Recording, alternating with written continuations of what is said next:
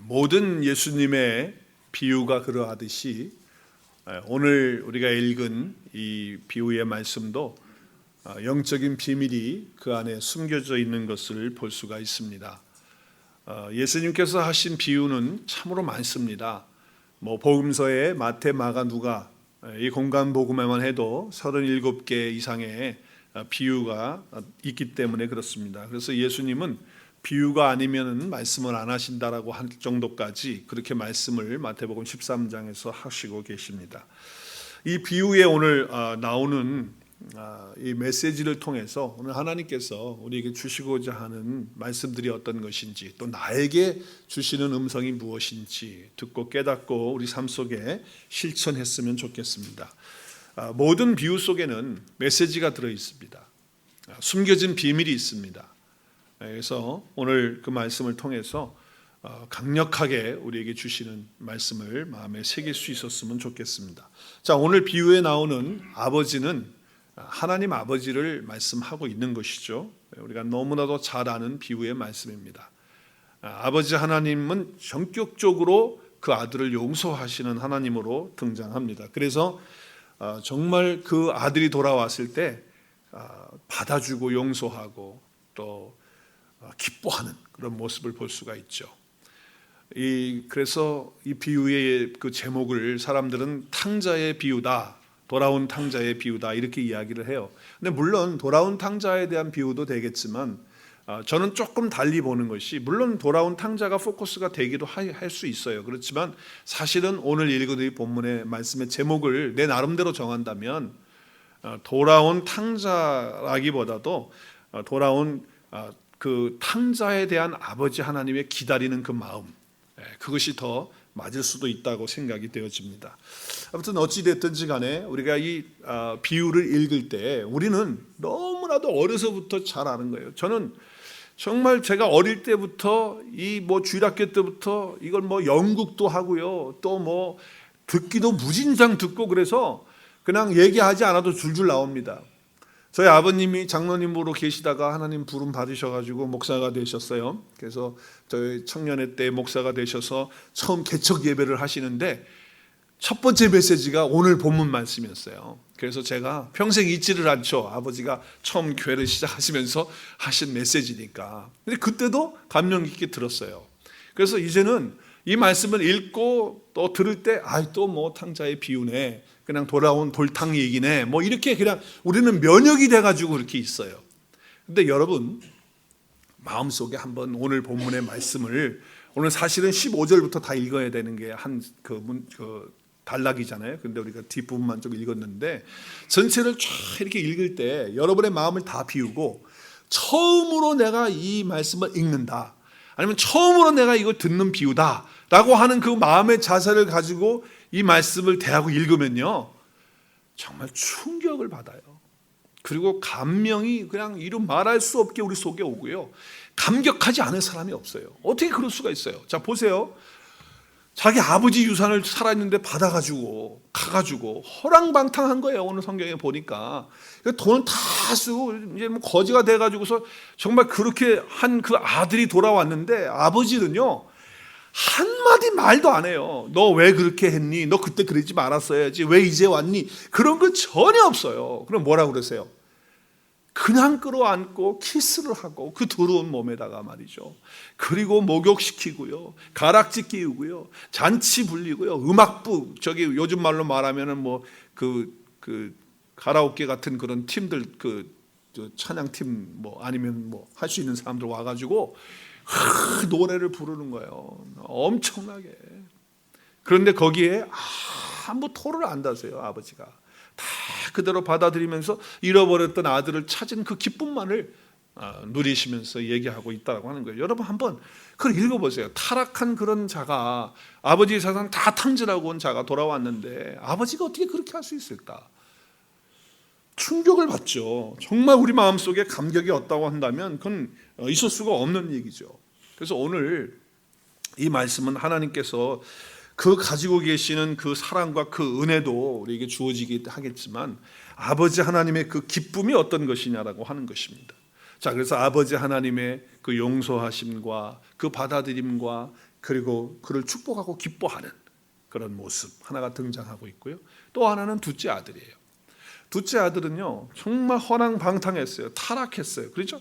그래서 정말 그 죄 가운데 다 무너져가지고 이제는 뭐예요? 먹을 것도 없는 그런 상황 속에 주어지는 그런 실존적인 존재가 된 것이죠. 그런데 아버지 집을 생각하니까 풍성하거든요. 그래서 아버지 집에 가면 그저 품꾼 하나라도 써주지 않을까라고 하는 기대를 가지고 돌이켜서 아버지 집에 터벅터벅 걸어가는 그런 정말 탕자의 이야기죠. 그리고 또 한 사람이 나와요. 그 한 사람은 우리가 잘 안 보지요. 그 사람은 누구냐면 그 집에 아버지와 함께 살고 있는 착한 큰아들이에요. 나름대로 착한 큰아들. 열심히 아버지 일을 도와주고 열심히 하라는 대로 순종하고 하는 그런 착한 큰아들인데, 그 큰아들이 어떤 태도를 보입니까? 자기 동생이 돌아왔는데 원망하고 불평하고, 그리고 아버지가 그렇게 아들을 대해주는 것 때문에 속상해합니다. 그랬을 때 아버지하고 큰아들하고의 이야기가 나오죠. 오늘 우리가 읽은 그 부분이에요. 근데 거기에 보면 분명하게 주님께서 왜 이 비유를 하셨는지에 대한 얘기가 나와요. 그러니까 어떻게 보면 지금 큰아들 때문에 이 비유를 했는지도 몰라. 작은 아들도 작은 아들이지만. 그래서 그 큰아들을 누구로 가리키고 있습니까? 바리새인들과 서기관들, 그 당시에 종교 지도자들이에요. 그들은 하나님을 믿는다고 하고 안다고 하고 뭐 다 자기 나름대로 예배 드린다고 하는데 사람들을 판단하고 정죄하는 그런 자리에 있는 사람들. 그래서 선명하게 100% 그들에 대한 이야기를 큰아들을 통해서 하고 있다고 하는 거예요. 자, 우리가 오늘 15장을 전체를 다 읽질 않았잖아요. 15장을 시작하는 1절과 2절 한번 보겠어요. 오늘 1절과 2절을 보면 모든 세리들과 죄인들이 예수님의 말씀을 들으려고 가까이 나왔어요. 그랬더니 바리새인과 서기관들이 수군거리면서 말합니다. 뭐라고 말합니까? 저 예수라는 저 사람이 왜 죄인들을 영접하고 음식을 같이 먹느냐는 겁니다. 여러분, 여기 지금 죄인들하고 같이 음식을 먹는다고 하는 게 뭐가 잘못된 것이냐? 유대인들에게는 정말 잘못된 거예요. 왜냐하면 우리 한국 사람들은 만나면 뭐 얼마 안 돼서도 금방 우리 같이 식사 한번 해요. 날 잡아요. 뭐 그러는 거 우리 그냥 예사잖아요. 그런데 유대인들에게 있어서는요, 식사를 같이 한다는 것은요, 내가 그만큼 그 사람을 의지하고 그 사람을 믿을만하고 그리고 그 사람에게 크레딧을 완전히 줬을 때 식사 같이 하는 거예요. 그러니까 예수님이 죄인들하고 완전히 크레딧 다 주고 있는 거예요. 다 마음 같이 주고 있고 마음 다 같이 하고 있는 거예요. 식사를 하고 있는 거거든요. 그래서 지금 뭐예요? 수군수군 대면서 비난하는 거예요, 예수님을. 그래서 시작된 비유가 오늘 세 가지의 비유. 누가복음 15장에 세 가지의 비유가 나오는데 우리 세 번째 비유를 오늘 읽었지만 그 첫 번째 비유가 뭡니까? 한 목자가 100마리의 양이 있어요. 근데 한 마리 양을 잃어버렸어. 그러면 어떻게 했느냐? 이 목자가 99마리의 양을 두고 한 마리를 찾을 때까지 찾는 거예요. 그래서 그 한 마리 양을 찾아가지고서 어깨에 메고 오는 그 기쁨을 이야기하고 있어요. 그러니까 잃어버렸던 한 마리 양. 그 잃어버린 영혼을 하나 찾아서 올 때 주님이 기뻐하시는, 아버지가 기뻐하시는 그 마음을 얘기하고 있죠. 또 여인 하나가 10 드라크마를 갖고 있었는데 그 드라크마를 하나를 잊어버렸어요. 그래서 그걸 찾기 위해서 어떻게 합니까? 그냥 불을 밝히고 청소를 하고 그리고 다 소파를 다 움직이고 테이블을 움직이고 다 움직이면서 바닥을 다 쓸면서 찾을 때까지 찾아요. 그런데 잃어버린 한 드라크마를 찾았을 때의 그 기쁨과 그 감사, 그것을 얘기하고 있어요. 그리고서는 이제 세 번째 비유로 오늘 아버지 세상 가지고 가서 다 탕진해버리고 돌아온 두 번째 아들. 그 아들은 잃었다가 다시 찾은, 그래서 그 기쁨을 하나님께서 누리고 있는 것을 이야기하고 있는 거예요. 그러면서 큰아들에 대한 태도를 예수님이 설명하고 있는 것이죠. 정말 이 말씀에는요, 여러 가지 것들을 우리가 적용하고 또 깨닫고 또 우리가 정말 주시는 메시지가 참 많습니다. 참 많아요. 그래서 뭐 둘째 아들을 통해서도 주시는 말씀, 또 우리 하나님 아버지의 그 행하시는 그 일들을 통해서 주시는 말씀, 그리고 큰아들을 통해서 우리에게 주시는 그런 메시지가 있다라고 하는 것이죠. 자, 오늘 이 비유가 말씀을 통해서 예수님이 하시고 있는데 오늘 마지막 부분의 결론을 한번 먼저 봤으면 좋겠어요. 결론을 뭐라고 그러냐면은 한번 읽겠습니다. 시작. 아버지가 이르되 너는 항상 나와 함께 있으니 내 것이 다 내 것이로되 이 동생은 죽었다가 살아났으며 내가 잃었다가 얻었기로 우리가 즐거워하고 기뻐하는 것이 마땅하니라. 결론이에요. 이게 비유의 결론. 기뻐하고 마땅하는 것, 이것이 아버지의 마음인데 그 아버지의 마음은 뭐였느냐면 잃어버린 한 영혼을 찾을 때에 오는 그 기쁨과 그 즐거움을 왜 너는 함께 누리지 못하고 있느냐라고 하는 것으로 결론을 내리는 거예요. 그래서 오늘 이 예수님의 비유는요, 하나님의 마음을 모르고 있는, 그 둘째 아들도 처음에는 몰랐다가 나중에 알게 되고 큰 아들은 처음에는 알았는데 나중에 모르게 되는 거예요. 그런 비유를 설명하고 있다라고 하는 것이죠. 자, 둘째 아들이 사실은 아버지를 떠나서 살게 되는데 아버지, 육신의 아버지라고만 생각한다면 아버지 떠나가지고서 잘 살 수 있어요? 아니면 떠나면 무조건 못 살아요? 여러분들 아버지 부모님 살아계시는 분들, 저도 지금 생존에 계시지만 LA에 계셔요. 다 떠나왔어요, 일로요. 그러면 다 안 돼야 되고 망해야죠. 그런 거 아닌가요? 그런데 그런 게 아니잖아요. 육신의 아버지 부모를 떠나가지고는 우리가 잘 될 수도 있고 또 안 될 수도 있는데 더 잘 될 수 있는 확률이 더 많겠죠. 자기 자름대로 자립을 하고 하니까 더 잘 될 수도 있겠죠. 그런데 오늘 예수님은요, 이 비유를 통해서 아버지를 떠나면 망한다, 아버지를 떠나면 안 된다라고 하는 것으로 계속 그렇게 말씀을 하고 계신다고 하는 거예요. 그렇다고 한다면 인간의 아들과 아버지 이야기가 아니고 하나님 아버지와 우리와의 관계를 이야기하고 있다라고 하는 것이죠. 자, 그러면 하나님을 떠나는 순간에 어떤 비극적인 일이 필연적으로 일어나게 되느냐, 두 가지를 얘기하고 있어요. 오늘 본문에서 두 가지. 첫째는 인간이 하나님을 떠나면 타락한다는 거예요. 이거는 어떻게 할 수 없는 거예요. 지켜보는 눈, 생명의 말씀이 없는 인간 스스로는요, 자기를 지킬 수 없기 때문에 절대로 안 되는 거예요. 그래서 자기 힘으로 조금만 잘 될 것 같아서 해보지만 결국은 하나님 떠나서 자기 힘으로 살아가는 인간들은 다 타락하고 만다는 거예요. 하나님의 간섭하신가 임재하신가 말씀이 없이 그냥 혼자서 결국 자기의 인생을 개척해 나가고 또 자기 의지를 가지고, 하나님이 주신 자유의지, 우리에게 주신 자유의지가 있어요. 그 자유의지를 가지고만 우리의 인생을 산다고 한다면 그 인생은 타락하는 인생이 될 수밖에 없다. 또 한 가지는 하나님을 떠나게 되면 결국은 망한다는 거예요. 망한다. 하나님 없이면 망하게 된다는 거예요. 왜냐하면 하나님이 생명의 근원이신데 그 하나님을 떠나게 되면 그 떠난 개인이 됐든지 간에 아니면 그 어떤 사회가 됐든지 어떤 공동체가 됐든지 하나님을 떠나는 그 순간 그 공동체, 그 개인은 망하게 된다라고 하는 거예요. 왜 그러냐면요, 여러분 그 생명의 줄기가 나무에 이렇게 같이 붙어 있어야 되는데 나무 되시는 그 하나님하고 떠난다, 그 줄기가 끊어졌다, 그런다고 하면 시간 문제지, 그건 죽은 거잖아요. 말라 비틀어지는 건 시간 문제예요. 망하는 건 기정사실이다, 그 말이에요. 그래서 하나님을 떠나게 되면 두 가지, 뭐 한다고요? 타락하게 되고 그 다음에 망하게 된다. 이것이 두 가지예요.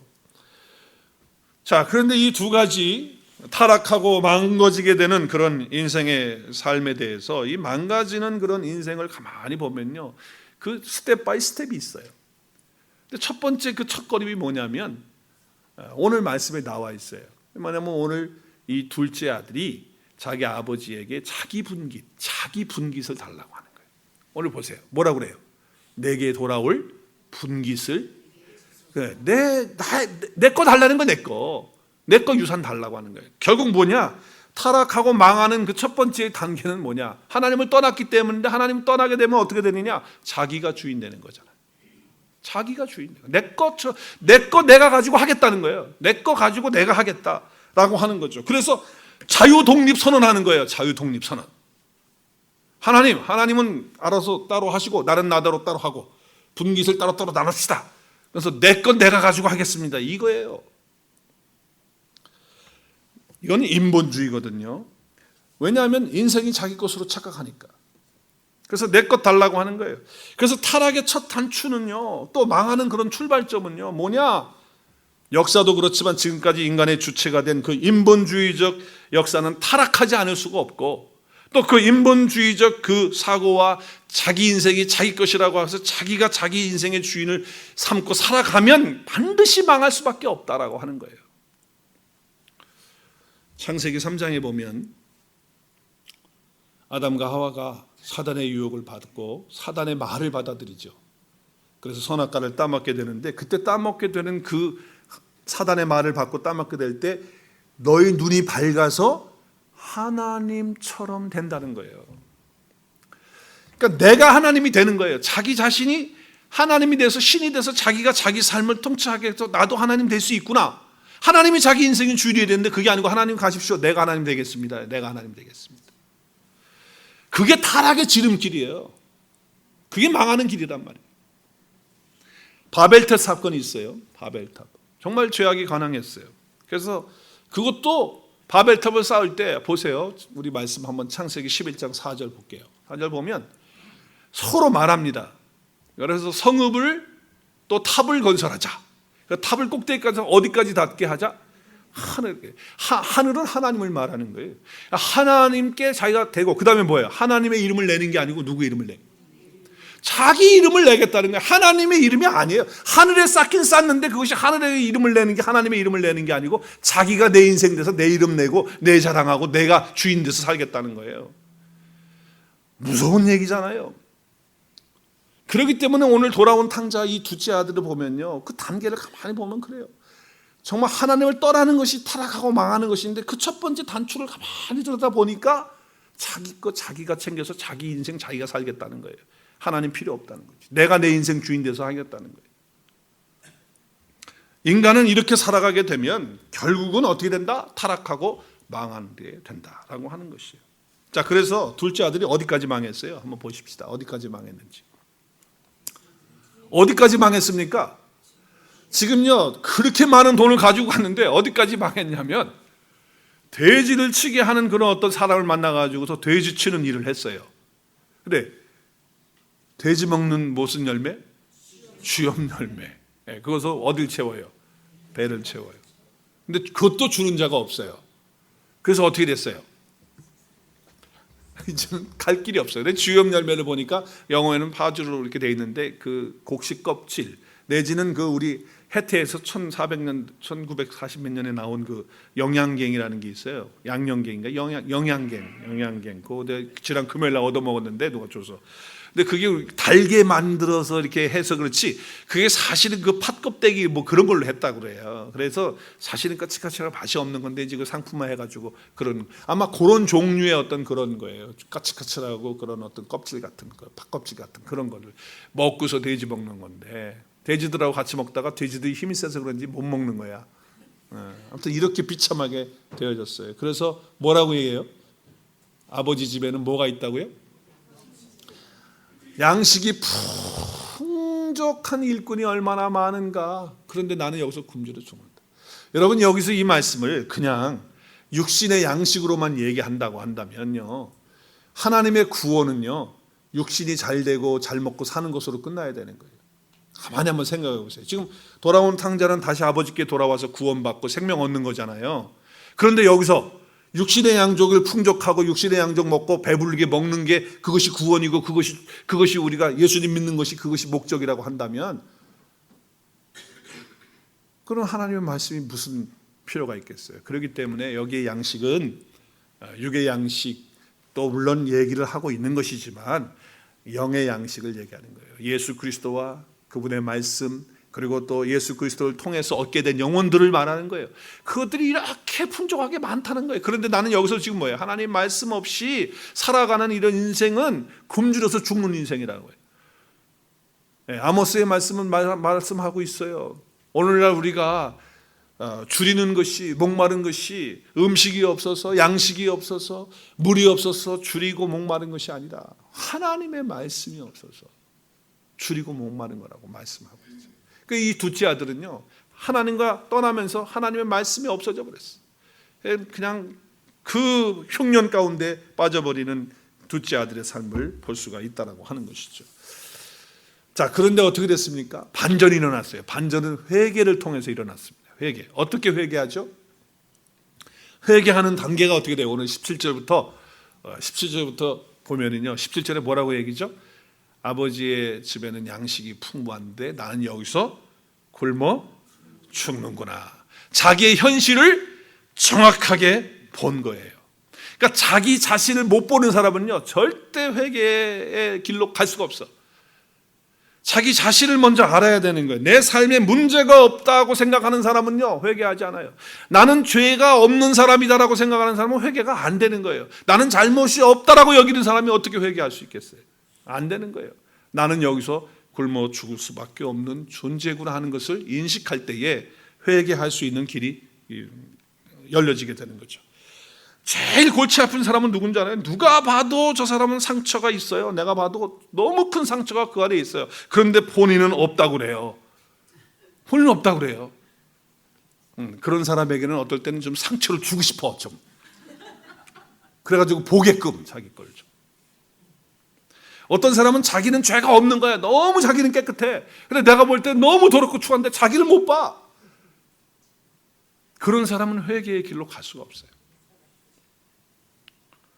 자, 두 번째는요. 두 번째 단계는 뭐냐면 여기 보면 18절에 보면 뭐라고 얘기하죠?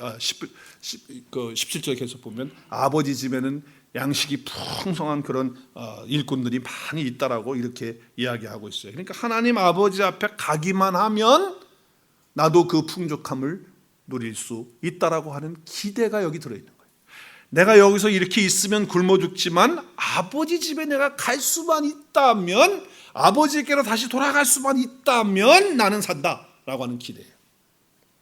바로 이것이 회개입니다. 회개의 단계는 모든 인생의 이 문제의 해답은 하나님께 있다라고 하는 것을 믿고 기대할 때 회개할 수 있는 거예요. 그걸 기대해야 돼요. 그 다음에 다음 단계는 뭐냐면 오늘 보면 18절 19절에 보면 뭐라고 얘기해요? 뭐라고 얘기했죠? 내가 하늘과 아버지께 죄를 지었다는 거예요. 그러니까 지금 하늘은 하나님을 말하고 있어요. 아버지 하나님을 말하고 있어요. 자, 그런데 그분께 죄를 졌다는 거예요. 근데 우리는요, 회개가 안 되는 이유가 뭐냐면 이 문제가 이렇게 된 거는 조인간 때문에 이렇게 됐다는 거예요. 또 이렇게 된 거는 지금 내가 이렇게 된 건 아버지가 왜 유산을 달라고 할 때 끝까지 주지 말았어야 되는데 그 유산을 줘서 그렇다는 거야. 그러니까 누구를 탓하고 환경을 탓하고 자꾸 무슨 다른 일, 그때 그런 일이 없었더라면 그러니까 자기는 빼고 자꾸 다른 거를 본다고 하네요. 그런데 오늘 이 둘째 아들은요, 회개할 수 있는 기회를 얻을 수 있었던 것은 바로 내가 이렇게 된 것은 다른 게 아니라는 거예요. 누구 탓도 아니야. 아버지 누구 탓이 없어요. 내가 하늘과 아버지께 죄를 지었기 때문에 이렇게 됐다는 거예요.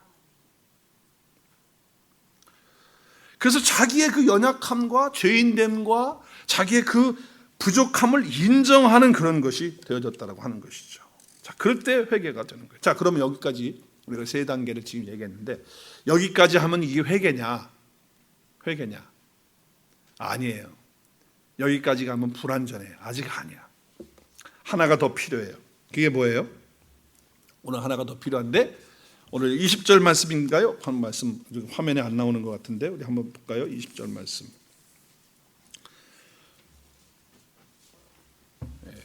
뭐라고 말씀하시고 있죠? 자, 한번 거기까지. 이에 일어나서 아버지께로 돌아가니라. 이에 일어나서 아버지께로 돌아가니라. 이게 결단입니다. 결심이에요.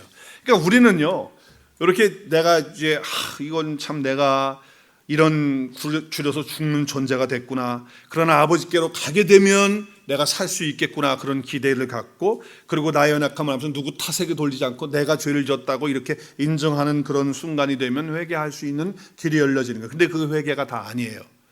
회개의 자리까지 가려면 결단해야 돼요. 어떻게 결단합니까? 내가 하나님께로 돌아가겠다는 결단이에요. 여러분 이렇게 되면요, 그럼 보세요. 오늘 둘째 아들이요, 하나님 아버지 앞에서 자기가 지금 결단을 하는 거예요. 내가 아버지께로 돌아가겠다.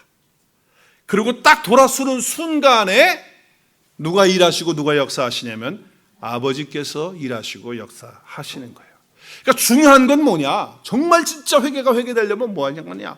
내가 오늘 이렇게 하는 거 하지 않겠다. 하나님 앞에 내가 잘못했다 이거. 내가 하나님 앞에 죄를 졌다. 그래 내가 하나님께로 다시 돌아가리라 하고 벌떡 일어나서 아버지께로 나가게 되면, 그 말씀 앞으로 다시 돌아오게 되면, 그 예배의 자리로 다시 나가기만 하면 하나님께서 어떻게 하시느냐? 그때 일하시고 역사하신다는 거예요. 그건 내가 하는 게 아니에요. 내 의지를 가지고 내 결단, 만약에 내 결단과 내 의지만 가지고 갔다고 칩시다. 근데 하나님께서 아무것도 안 하시고 아들이 왔는데도 본척만척하고 그러면 어떡할 거예요? 그럼 우리 가운데 구원이고 뭐고 회복이고 아무것도 안 일어나는 거예요. 그러나 아버지는요, 지금 항상 문을 열어놓고 준비하고 있고, 언제 아들이 올까 늘 문간을 돌보시면서 항상 저 멀리를 바라보시면서 그러셨잖아요.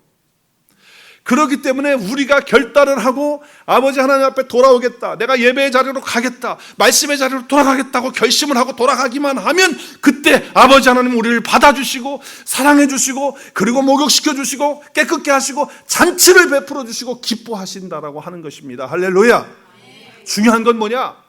내가 하나님 앞에 돌아가겠다고 하는 그 마음의 결단, 그리고 내 행동의 발걸음을 그렇게 움직이면 그때 하나님은 일하시고 역사하신다는 거예요. 그래서 오늘 여기 보세요. 나를 품꾼의 하나로 써달라고 그러면서 가만히 앉아가지고 있었다고 한다면, 아버지가 아무리 준비해놓고 있으면 뭐예요? 하나님께서 그렇게 사랑의 자리를, 잔치를 베풀어 놓고 그렇게 하려고 마음 먹고 있으면 뭐하냐고요? 내가 결단을 하고 발걸음을 아버지께로 돌려야 그것이 나의 것이 되는 거란 말이죠. 우리 하나님은 항상 아버지께로 돌아가는 그런 자들에게는, 우리가 정말 불안하고 또 우리가 모자라고 연약한 자라 할지라도 하나님께서는 항상 받아주시고 기뻐하시고 또 우리에게 놀라운 은혜를 베풀어 주신다라고 하는 것이죠. 우리는 그렇게 생각해요. 내가 어느 정도 그래도 아버지 앞에 좀 뭘 해놓고 나가야지. 나는 아직도 술도 못 끊었는데 내가 어떻게 교회, 성경 묵상 그런 거는 이제 담배도 좀 끊고 좀 제대로 신앙생활 좀 하면서 뭘 좀 해야지. 교회 봉사도 제가 아직도 뭘 못해서 그래요. 그렇게 얘기하면 안 돼요. 아버지 앞에 내가 완벽하지 않지만 그저 아버지께로 돌아갑니다. 말씀으로 돌아갑니다. 그러면요, 하나님 앞에 죄를 짓는 것들, 또 하나님 앞에 바르지 못한 것들도요, 누가 해주십니까? 누가? 하나님께서 다 알아서 해주시는 거야. 하나님이 알아서 해주시는 거야. 내 의지로 갖고 하는 것 같지만 전혀 그렇지 않아요. 내 의지로 출발하는 것 같지만 전혀 그렇지 않아요. 하나님께서 다 하시고, 하나님께서 해결하시고, 나를 변화시키시고 나를 새롭게 하시고 나에게 은혜를 베풀어 주신다는 거예요. 그래서 오늘 아버지는 다 알고 계셨어요. 그런데 아들이 무슨 변명을 하려고 그러잖아요. 막 자기 품꾼 하나 써달라 그런 거 그렇게 얘기를 해도 아버지는 어떻게 해요? 들은 척도 안 하시고 어떻게 합니까? 그냥 사랑해 주시고 축복해 주시고 그를 회복시켜 주시는 그런 은혜를 볼 수가 있다는 거예요. 자, 그러니까 우리가요, 구원받는 것도 그래요. 여러분이 행위를 얼마큼 깨끗하게 해야 구원받을 수 있어요. 하나님께 갈 수 있으려면 우리가 얼마큼 해야 돼요? 그래도 중고등부 교실에 못도 좀 많이 받고 그렇게 해서 열심히 도와주고, 야드세일 할 때도 안 빠지고 나와서 열심히 도와주고 그래야 좀 하나님이 나를 받아줄 것 같아요? 여러분, 우리는요 정말 하나님 앞에 나갈 수 없는 그런 추하고 더러운 존재예요. 그런데 오늘도 이렇게 예배의 자리에 나와서 예배를 드리는 거 보면 한번 인사하십시다. 그 옆에 분들한테. 참 뻔뻔하십니다. 시작. 참 뻔뻔하십니다. 진짜 뻔뻔한 거예요. 어떻게 우리가 이렇게 아니 둘째 아들 그 탕자가 바로 난데, 아니 어떻게 이 자리에 나올 수 있냔 말이에요. 그저 아버지께서 어떻게 하십니까? 오늘 그저 받아주시는 거예요. 이게 아버지의 의예요. 이게 하나님의 의예요. 이것이 바로 예수 그리스도예요. 이게 바로 복음이에요. 이 복음을 받아들이고 예수 그리스도를 받아들이게 되면 아무리 뻔뻔스러운 그런 자들이라 할지라도 하나님은 의롭다 하시고 아들로 인쳐주시고 그리고 함께 기뻐하시는 놀라운 축복을 베푸신다는 거예요. 우리 갈라디아서 2장 16절 같이 읽겠습니다. 시작. 사람이 의롭게 되는 것은 율법의 행위로 말미암음이 아니요 오직 예수 그리스도를 믿음으로 말미암는 줄로 알므로 우리도 그리스도 예수를 믿나니 이는 우리가 율법의 행위로서가 아니요 그 그리스도를 믿는 믿음으로써 의롭다함을 얻으려 함이라. 율법의 행위로는 의롭다함을 얻을 육체가 있어요, 없어요? 그 어떻게 나왔어요? 여기 어떻게 나왔어? 뻔뻔하기도 하지. 어떻게 나왔어? 예수 그리스도 때문에. 하나님의 은혜예요. 우리 아버지께서 그냥 받아주세요. 아무 얘기하지 않고 너 왜 그랬느냐? 너 왜 이제 왔냐? 아무 얘기 없어요. 너 돈 다 어디다가 놨냐? 어디다 누구한테 썼냐? 어떤 여자한테 썼냐? 아무런 문제. 그죠? 아버지께 돌아가기만 하면, 아버지를 믿고 나가기만 하면, 예수 그리스도를 믿고 받아들이기만 하면 우리는 하나님 앞에 의로운 존재로, 하나님의 자녀로 그렇게 거듭나는 축복을 받게 된다는 거죠. 이것이 구원의 복음이 아닙니까? 자, 그런데 오늘 큰아들을 보면 결론부터 말씀드리면 뭐예요? 지금 작은 아들은 하나님의 복음과 그 은혜 안에 이제 들어오게 되는데, 큰 아들도 복음 안에, 은혜 안에 지금 들어와야 되는, 그리고 아버지하고 같이 있으니까 들어와 있어야 되는 거 아니에요? 근데 아버지하고 같이 있음에도 불구하고 그 은혜와 복음을 누리지 못하고 그 안에 들어오지 못하는 그 큰 아들의 모습을 볼 수가 있다는 거죠. 언뜻 보기에는 동생은 집을 나가서 방탕하고 돌아다니다가 거지가 돼서 돌아왔으니까 형편없는 것 같지만, 그래도 하나님의 은혜 가운데 이렇게 되어지는 축복을 받아요. 그런데 형은 집도 안 나갔어요. 아버지 재산 축 냈어요, 안 냈어요? 열심히 일해요, 안 해요? 열심히 일해요, 안 해요? 그런데 마음속에 불평이 있고 엄마 있고, 그 아버지의 기쁨, 아버지의 그 마음을 조금도 못 느끼고 있어요. 조금도 못 느끼고 있어요. 그래서 여기에 지금 작은 아들은 은혜라고 말할 수 있고요, 신학적으로 보면 복음이라고 말할 수 있고, 큰 아들은 율법이라고 말할 수 있어요. 율법주의에 빠져가지고 있던 거예요. 지금 큰 아들은 율법 가운데 뭘 행하면 잘하고, 그러니까 그런 사람은 교만해가지고 자기는 뭐 다 된 것처럼 해가지고 계속해서 사람들 판단하고 정죄하고, 이 사람은 이래서 저렇고 저 사람은 저렇고. 그래서 예수님이 죄인들하고 같이 밥 먹는 거 저것도 못마땅하고 다 못마땅한 거예요, 못마땅. 율법은 우리의 죄를 지적하잖아요. 계속해서 우리의 죄를 지적하는 거예요. 그러니까 당신이 죄는 안 보고 다른 사람이 죄만 보고 지적하고 있는 거예요. 그 율법주의에 빠져있는 이 큰아들의 모습을 볼 수가 있어요. 은혜는 카리스라고 헬라어에서 그렇게 말하고요, 율법은 노모스라고 그렇게 말합니다. 그래서 여러분의 신앙 생활이 내가 은혜 안에서 복음 안에서 하는 신앙 생활이냐, 아니면 율법 가운데 아직도 율법주의에 빠져서 신앙생활 하느냐, 나는 큰 아들이냐 작은 아들이냐 한번 생각해 볼 필요가 있어요. 오늘 여기 형 중심 얘기를 좀 한번 좀 해보면요, 27절 28절 보면 대답하되 당신의 동생, 지금 이제 막 풍악 소리가 들리니까 그 하인이 이제 물어본 거예요. 큰 아들이, 여기 집에 무슨 일이냐, 이게 왜 우리 집에서 풍악 소리가 나냐 그랬더니, 당신의 아버지가 건강한 그를 맞이하게 됨으로 인해서 돌아온 동생 때문에 기뻐가지고 살찐 송아지 잡았다는 거예요. 그랬더니 28절 시작. 자, 큰아들은 뭐예요? 지금 큰아들은 뿔따로 화났어요. 그러니까 아버지가 와서 야 같이 가자 그랬는데 안 가겠다는 거예요. 내가 왜 잔치에 들어가냔 말이야. 왜 작은 아들 내가 왜 봐야 되냐는 거야. 내 동생을 왜 봐야 되냐, 그런 놈을, 그 나쁜 놈을. 완전히 율법이죠. 자기는 아버지하고 같이 있으면서 말이죠, 그 은혜 안에 같이 살아서 느끼고 체험하고 그 임재 가운데 살아야 될 그 큰아들이 지금 전혀 아버지의 마음하고는 다른 마음을 갖고 있는, 이게 바로 누구냐? 바리새인들과 서기관이다. 자, 그럼 바리새인들과 서기관들은 그때 그 사람들만이냐? 아니에요. 언제든지 내가 될 수 있다는 거죠. 형이 노한 것은 왜 노했습니까? 중요한 거 두 가지를 생각하지 못했어요. 첫째는 돌아온 동생을 전혀 생각하지 않고 있습니다. 그 동생에 대해서 동생이라고 여기질 않는 것 같아요. 자기 중심으로만 생각하고 있어요. 또 한 가지는 아버지를 생각하지 못하고 있어요. 아버지를. 그러니까 동생과 아버지를 다 놓치고 있다는 거예요. 자, 보세요. 30절 보면 이렇게 얘기해요. 아버지의 살림을 창기들과 함께 삼켜버린 이 아들이 돌아오매 이를 위하여 살찐 송아지를 잡으셨나이다. 자, 자기 동생을 갖다 뭐라고 이름하냐면은 당신 아들이 돌아왔다는 거예요. 아버지한테 자기 동생을 가리켜서 그러니까 아버지가 화가 났어.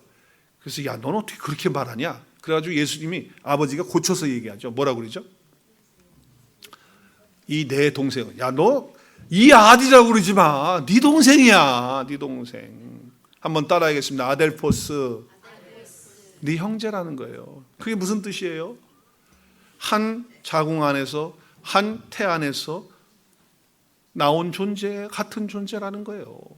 그런데 어떻게 그렇게 말할 수 있느냐? 그러니까 기뻐하고 즐거워하는 것이 마땅한데 너는 어떻게 그럴 수가 있느냐라고 하는 말씀을 하고 있는 거예요. 자, 그랬더니 얘기하는 거예요. 26절, 27절에 종하고 얘기할 때 당신이 돌아오니까 건강하니까 송아지를 잡았다라고 이렇게 이야기를 하니까 화가 뿔딱같이 나가지고 29절에 한번 시작. 아버지께 대답하여 이르되 내가 여러 해 아버지를 섬겨 명을 어긴 것이 없는데 내게는 염소 새끼라도 한 마리 줘가지고서 내 친구들하고 같이 잔치하는 일도 없는데 지금 돈 다 탕진하고 온 당신의 아들이 돌아오니까 이렇게 할 수 있습니까? 아버지의 마음을 전혀 헤아리지 못하고 아버지의 그 기쁨을 조금도 누리지 못하고 있는 큰 아들. 여기 지금 섬겼다고 그랬는데 여기 섬겼다고 하는 거는 종이 됐다라고 하는 얘기에 둘로스를 쓰고 있어요. 종이 됐다. 내가 아버지의 종처럼 그렇게 살았는데도 아버지는 나한테 아무것도 안 해주지 않았느냐라고 하는 거예요. 참, 이 율법적 관계에 오면요, 이 정말 다른 사람들에 대한 그런 마음의 자세, 한 영혼이 돌아올 때 그 기쁨, 그 감사, 그걸 전혀 느끼지 못하는 그런 안타까운 것이 있습니다. 그러니까 율법 가운데 있게 되면요, 그 사람은 교만한 거예요. 그래서 뭐라고 그래요? 내가 아버지의 명을 어떻게 했다고요? 어긴 것이 없다는 거예요. 야, 얼마나 교만하고 자신만만하고.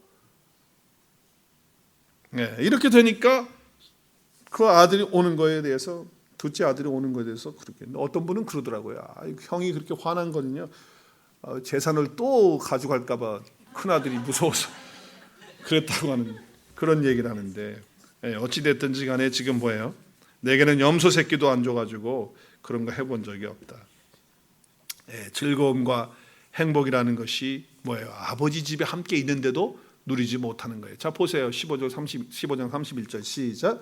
아버지가 이르되 너는 항상 나와 함께 있으니 내 것이 다. 자, 아버지 집에 지금 방탕하지 않고 같이 있으면서도 아버지와 함께 있으면서 아버지 것을 누리지 못하고 있는 이 불쌍한 아들. 율법주의에 빠지게 되면 그러는 거예요. 우리가 복음 안에서, 은혜 안에서 살아야 아버지 것이 다 내 것이 되어서 그 기쁨과 즐거움과 그 축복을 받아 누리는 삶을 사는 줄로 믿습니다. 우리가 그렇게 살아야 되는 거예요. 아버지와 항상 같이 있으면서도 맨날 뭐가 부족해. 그래서 맨날 주시옵소서 안 되니까 또 발음을 세게 해서 주시옵소서. 아니, 다 가지고 있는데 뭘 자꾸 달라고 그러냐고. 다 아버지 거 다 내 거 됐는데. 그러니까 누가 조금 더 가지면은 그때 시기 질투 일어나고, 교회에서도 조금 나보다 더 많이 일하는 것 같으면 뭔가가 좀 찝찝하고, 하나님 아버지 앞에서 다 가지고 누리고 있는 걸 누리지를 못하는, 그 기쁨을 누리지 못하는, 특별히 한 영혼이 돌아와서 정말 주님 앞에 왔을 때 그 기쁨은요, 이루 말할 수 없는 거거든요. 누가 데리고 왔든지 간에, 네가 데리고 갔으면 네가 알아서 해, 나는 몰라, 이런 게 아니고, 어떤 분이 인도에서 데리고 왔든지 간에 정말 저 한 영혼이 하나님 앞에 왔다, 아버지와 함께 마음을 같이 하면서 기뻐하고 즐거워하는 것이 있어야 돼요. 그리고 쓰러져 있는 영혼이 아버지의 말씀을 통해서 회복될 때, 그때 누리는 그 기쁨과 그 축복을 함께 누릴 때에 진짜 하나님 자녀이고 아버지와 함께하는 사람의 모습이라고 하는 것이죠. 죽었다가 살아났다, 죽었다가 살아났다, 또 뭐라고요? 잃었다가 다시 찾았다. 그러니까 어떻게 하는 거라고요? 기뻐하는 것이 마땅하다라고 하는 말씀을 하고 있습니다.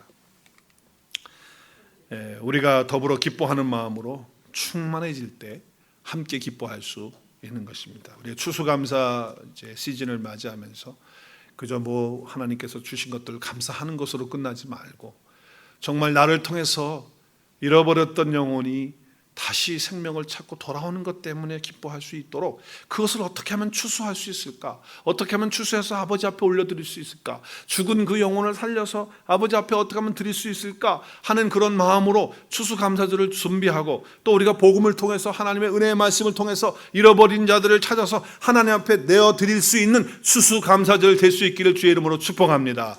그 기쁨을 함께 맛보고 함께 누릴 수 있는 그 아버지의 마음, 그 아버지의 기쁨을 나도 함께 누릴 수 있는 추수감사절이 돼야지, 그냥 우리끼리 뭐 감사하다 터키 몇 마리 했어, 당신 터키에 뭐해, 그래서 터키 먹었으니까 추수감사절 땡, 그게 아니고 정말 우리가 추수감사절에 아버지의 기쁨이 나의 기쁨이 되는 그런 추수감사절 될 수 있기를 주의 이름으로 다시 한번 축복합니다. 여기만 그러네요. 여기만 아버지의 그 기쁨이, 아버지 하나님의 그 기쁨이 나의 기쁨이 되는 추수감사절이 될 수 있기를 주의 이름으로 축복합니다. 네, 그렇게 될 수 있기를 바랍니다. 자, 오늘 비유를 마치면서 우리 생각해 보겠습니다. 메시지가 너무 많이 나왔기 때문에 우리가 잊지 말아야 될 것은, 어떤 경우에도 하나님을 떠나서는 혼자 살 수 없다, 이 사실을 기억해라. 어떤 경우도, 그러니까 여러분, 우리는 하나님 안 떠나죠. 저는 매주 교회 오는데요. 무슨 말씀하세요, 목사님? 천만의 말씀. 매주 교회 나와도 하나님 떠날 수 있어, 없어요? 있어요. 어디서부터? 마음으로부터, 중심으로부터. 하나님 늘 생각 안 하고 사는 게 그 하나님 떠나 사는 거 아니에요? 내 멋대로 사는 거 아니에요? 교회 나와서 예배 드린다고 하나님 안 떠난다고 안심하지 말라고 말이에요. 생활 속에서, 삶 속에서 정말 하나님과 함께 하는 그런 삶이 이루어지고 있느냐, 정말 그리스도와 연합이 돼서 내가 살고 있느냐라고 하는 것이 중요한 거예요. 그렇지 않고 교회만 왔다 갔다 하면서 하나님 떠나 있는 사람들이요, 한두 사람이 아니에요. 교회 안에 예배할 때 감동도 없고, 찬양할 때 그냥 찬양해라, 오늘은 누가 잘하나 보자, 아무런 감동도 없고 은혜도 없는. 나는 교회 왔으니까, 예배 드렸으니까, 그러니까 나는 하나님 안 떠났다. 천만에. 이게 무서운 거예요. 어떤 경우도 나는 주님을 떠나서 살 수 없다. 할렐루야. 또 한 가지는, 무슨 문제가 있든지 여하튼 간에 문제를 해결할 수 있는 방법은 뭔가? 아버지께로 돌아가는 것이다. 아버지의 말씀에 내가 돌아가겠다 결단하고 내가 발을 디디고 나가서 결단하는 것, 그것이 중요하다. 그러면 누가 해결해 주신다? 하나님 아버지께서 다 준비해 주시고 해결해 주신다. 무조건 아버지께로 돌아간다. 내 마음이 아프든지 열받든지 뒤집어지든지 심심하든지 따분하든지 우울하든지 상관없이 항상 하나님께로 돌아가겠다 결단하는 저와 여러분 될 수 있기를 바랍니다. 그것이 살 길이에요. 그러면 항상 기억할 것이 뭐냐? 나를 향한 아버지의 그 마음, 그 사랑, 나를 불쌍히 여기시고 언제나 나를 받아주시는 그 아버지께서 내가 잘못해도 화내시는 그런 분이 아니시라. 나의 잘못을 지적도 해주시지만 나를 받아주시고 용서해 주시고 또 함께 기뻐해 주시는 아버지의 그 마음을 우리가 가져야 된다. 그래서 오늘 우리가 말씀을 정리하면서, 여러분 기도하면서, 오늘 정말 내가 돌아온 탕자 될 수 있고 또 큰아들 될 수 있다. 내가 복음 안에서, 은혜 안에서, 율법 가운데 살지 말고 정말 하나님의 말씀 안에서, 은혜 안에서 살아가는 아버지의 마음을 품고 살아가고, 잃어버려진 그 영혼을 향한 그 아버지의 마음, 그 기쁨이 나의 기쁨, 나의 마음이 될 수 있도록 하나님 도와주옵소서. 함께 기도하는 이 아침 되었으면 좋겠습니다.